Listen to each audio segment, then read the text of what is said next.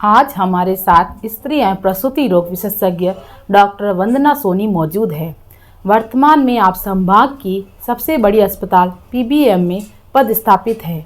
आइए इनसे हम स्त्री एवं प्रसूति रोगों पर चर्चा करते हैं। आपका विनय एक्सप्रेस यूट्यूब चैनल पर हार्दिक स्वागत है।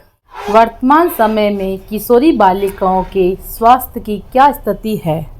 जैसे कि अभी हम हॉस्पिटल में देखते हैं कि काफ़ी सारे पेशेंट जो रिप्रोडक्टिव एज ग्रुप के टीनेज एज ग्रुप के होते हैं कंप्लेंट के साथ में आते हैं कि उनके पीरियड्स डिलेड हो रहे हैं, उनको एक्ने हो रहे हैं, वेट गेन हो रहा है और बॉडी के अनवांटेड पार्ट पे एक्सेसिव हेयर्स, फेस पे एक्सेसिव हेयर्स की कंप्लेन हो रही है। ये सारे जो सिम्टम्स है वो एक तरफ दर्शाते हैं कि उनको पीसीओएस हो सकता है। ये एक आज के समय में बहुत बड़ी इमर्जिंग प्रॉब्लम है। पीसीओएस के बारे में विस्तार से जानकारी देवें। पीसीओएस का फुल फॉर्म है कि पॉलीसिस्टिक ओवेरियन सिंड्रोम। ये एक मल्टी सिस्टम एंडोक्राइनल डिसऑर्डर है जो काफ़ी सारे सिस्टम को साथ में इन्वॉल्व करता है। और जैसे कि अपन अपने जो रेगुलर मेंस्ट्रुअल साइकिल होता है रिप्रोडक्टिव एज ग्रुप में, उसके बारे में बात करें तो पीरियड की शुरुआत में एग बनना स्टार्ट होता है, वो मैच्योर होता है, वो रिलीज़ होता है और पेशेंट का फर्टाइल विंडो स्टार्ट होता है। लेकिन पीसीओएस में ऐसा नहीं होता है। इसमें एक मैच्योर एग नहीं बन पाता और वो रिलीज़ नहीं हो पाता है। इसकी जगह पे काफ़ी सारे जो फॉलिकल्स होते हैं वो इमेच्योर तरीके से थोड़े बहुत ग्रो करके ओवरी की पेरिफ्री पे अटैच हो जाते हैं, जो कि अपने को यूएसजी फाइंडिंग में एक पर्ल नेकलेस अपीयरेंस की तरह दिखते हैं, जो इसका एक इम्पॉर्टेंट डायग्नोस्टिक क्राइटेरिया है। पीसीओएस से संबंधित जांचों के बारे में बताइए।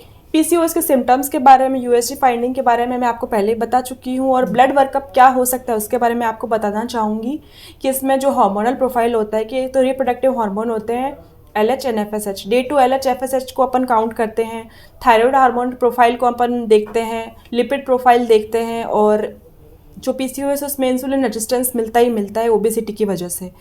तो उसमें अपन डायग्नोस करने के लिए fasting blood sugar, 2 hour postpartum blood sugar और मंथली HbA1c ब्लड शुगर को देख सकते हैं, तो वो डे रेंज अपने को मिलेंगे।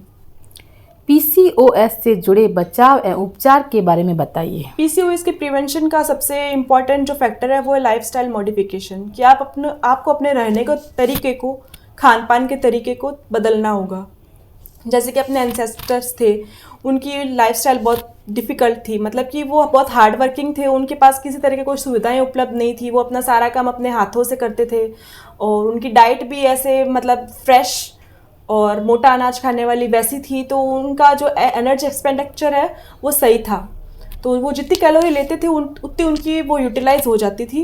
लेकिन आजकल जो सेडेंटरी लाइफस्टाइल है कि लोग ज़्यादा मोबाइल का यूज़ करते हैं, उनका जो वर्क प्रोसेस होता है उसमें भी वो लैपटॉप पे काम करते हैं और अपने खाली टाइम में वो लैपटॉप पे वेब सीरीज़ वगैरह देख के अपना टाइम स्पेंड करना पसंद करते हैं। तो इसमें किसी तरह का कोई एनर्जी वेस्ट नहीं हो रही है, एनर्जी यूटिलाइज नहीं हो रही है। तो वो जो एक्स्ट्रा एनर्जी होती है जो अपन कैलोरी के रूप में खाने में लेते हैं, तो वो शरीर में इकट्ठी होती जाती है और वो ओबेसिटी में कन्वर्ट हो जाती है। वो जो ओबेसिटी है वो शरीर के सारे जो सिस्टम उनको अफेक्ट करती है, जैसे कि वो इंसुलिन रेजिस्टेंस करेगी ओबेसिटी, तो आपका शुगर लेवल बढ़ जाएगा, आपका थायराइड हार्मोन लेवल जो है उसको डीअरेंज कर देगी, उसकी वजह से उसके भी सिम्टम्स आएंगे, क्योंकि वेट गेन में थायराइड भी इन्वॉल्व होता है। तो ये सारे मिलके आपके जो बॉडी के जो भी सिस्टम है उसको डीअरेंज कर देंगे। तो मेनली यही है कि आपको अपना लाइफस्टाइल मॉडिफाइड करना है, रेगुलर एक्सरसाइज करनी है और डाइट की तरफ देखें तो अपने को low calorie, protein rich, vitamin and mineral rich diet लेनी चाहिए और रेगुलर एक्सरसाइज करनी चाहिए। एक तरह एक्सरसाइज आप बहुत अलग अलग तरह के, जैसे वॉकिंग हो गया, किसी दिन आप डांस कर रहे हो, किसी दिन आप योगा कर रहे हो, वो सब करके आप अपनी लाइफस्टाइल को चेंज करेंगे तो उसमें काफ़ी मदद मिलेगी, क्योंकि इसका कोई मेडिकल ट्रीटमेंट ऐसे एज सच नहीं है। जितने दिन तक आप दवाई लोगे तब तक आपके सिम्टम्स मतलब रिलीफ रहेंगे। दवाई छोड़ने के बाद में आपके वापस वही सिम्टम्स हो जाएंगे और दवाइयों के साइड इफेक्ट भी होते हैं। तो लाइफस्टाइल मॉडिफिकेशन और रेगुलर एक्सरसाइज इसका मेन प्रिवेंशन है। जैसे कि अभी मैंने आपको लाइफस्टाइल मॉडिफिकेशन और रेगुलर एक्सरसाइज के बारे में बताया। अब मेडिकेशन की यानी कि दवाइयों की ज़रूरत किन पेशेंट्स को पड़ती है उसके बारे में मैं आपको बताना चाहूँगी।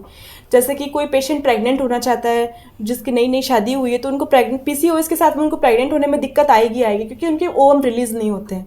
तो इसके लिए अपने को ओवुलेशन इंडक्शन के लिए ट्रीटमेंट देना पड़ सकता है। एंटीऑक्सीडेंट्स, मल्टीविटामिन्स, मिनरल की टैबलेट्स वगैरह देनी पड़ सकती है, जो कि एक इमर्जिंग ड्रग्स के रूप में आ रहे हैं।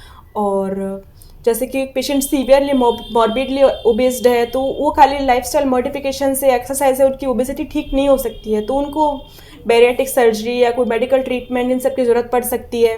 और किसी के हिर्सुटिज्म यानी कि एक्सेसिव मेल एंड्रोजन हार्मोन्स जो होते हैं, जिसकी वजह से excessive facial hair, severe cystic acne face पे कम और ना बैक वाले एरिया पे, और ये सब हो, तो ये सारे जो सिम्टम्स है वो एक टीनेज गर्ल के जो कॉन्फिडेंस होता है, उसकी मेंटल हेल्थ होती है, उसको भी अफेक्ट करते हैं। तो इसके लिए ट्रीटमेंट लेना उनके लिए ज़रूरी हो जाता है कुछ टाइम के लिए। तो मेनली जो गायनेकोलॉजिस्ट है वो ओसीपी प्रिस्क्राइब करते हैं उनमें उनको, जिसमें वो साइप्रोटेरोन प्रोजेस्टेरॉन देते हैं साथ एस्ट्रोजन के साथ में। और ये साइप्रोटेरोन प्रोजेस्टेरॉन जो होता है एंटी एंड्रोजेनिक होता है, जो कि ये जो हिर्सुटिज्म वाले सिम्टम्स है उनको कम कर देता है, उनको रोक देता है, जिससे एक्ने और एक्सेसिव हेयर ये सारे कम होने में काफ़ी मदद मिलती है। और बाकी इसका मेन ट्रीटमेंट पीसीओएस का यही है कि आप अपने लाइफस्टाइल को चेंज करें, अपने रहने खाने पीने के तरीकों को चेंज करें, अपने सेडेंटरी लाइफस्टाइल को चेंज करके एक वर्किंग एक्टिव लाइफ में बदलें। Thank you.